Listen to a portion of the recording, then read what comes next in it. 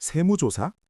최근 새로운 규정인 재무불영 PMK 제15호 2025년이 발표되었습니다. 이 규정은 2025년 2월 10일에 제정되고 2025년 2월 14일에 공포되었습니다.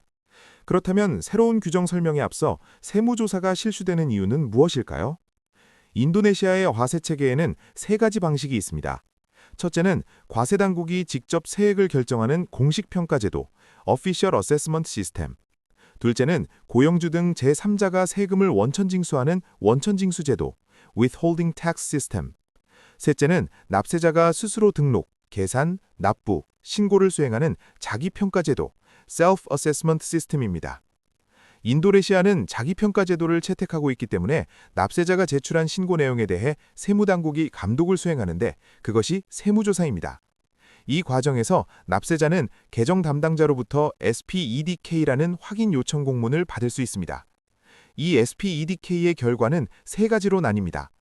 첫째, 납세자의 설명이 타당한 경우 문제없이 종료가 됩니다. 둘째, 신고 누락이 확인된 경우 납세자는 신고서를 수정할 수 있습니다. 셋째, 납세자와 세무당국 간 의견 차이가 해결되지 않는 경우 세무조사가 제한될 수 있습니다. 세무조사의 목적은 납세자의 세무 의무 이행 여부를 검증하는 것입니다. 이후 조사 결과에 대해 납세자는 이의 신청, 항소 등을 할 수 있으며 최종적으로 확정되면 징수 절차로 이어질 수 있습니다.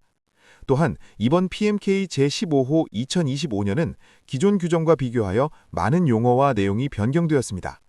기존에는 PMK 제17호 2013년, PMK 제256호 2014년, PMK 제18호 2021년이 적용되었으나 이번 규정은 보다 큰 변화를 포함하고 있습니다.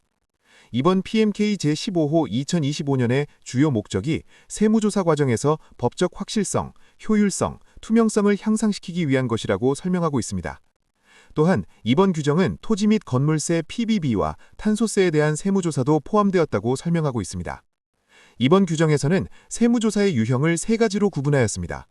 첫째는 종합조사로 신고서의 모든 항목을 대상으로 전반적인 세무 의무 이행 여부를 조사하는 것입니다.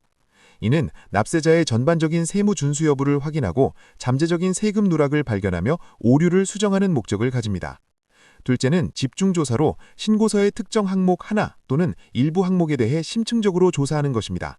이는 재무제표 불일치, 의심스러운 거래, 낮은 세무준수 수준, 특정 기술 사용 등과 같은 경우에 실시될 수 있습니다. 셋째는 특정 조사로 특정 항목에 대해 보다 단순한 방식으로 조사하는 것입니다. 예를 들어 소득, 비용, 부가가치세, 소득세 등의 특정 항목을 중심으로 조사합니다. 또한 이번 규정에서는 세무조사의 목적도 확대되었습니다. 기존에는 세무준수 검증 목적의 조사 항목이 7가지였으나 이제는 14가지로 증가하였습니다.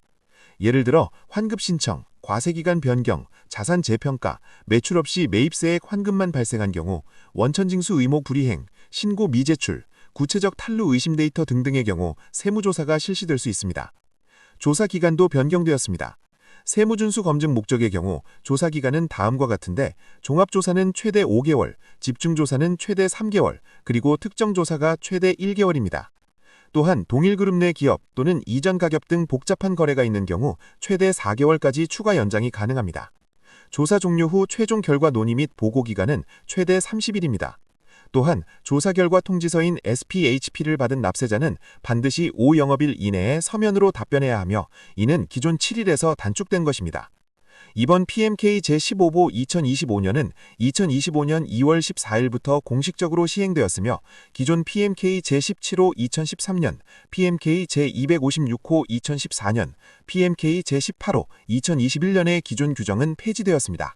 다만 시행 전에 이미 시작된 세무조사는 기존 규정을 계속 적용하여 완료합니다.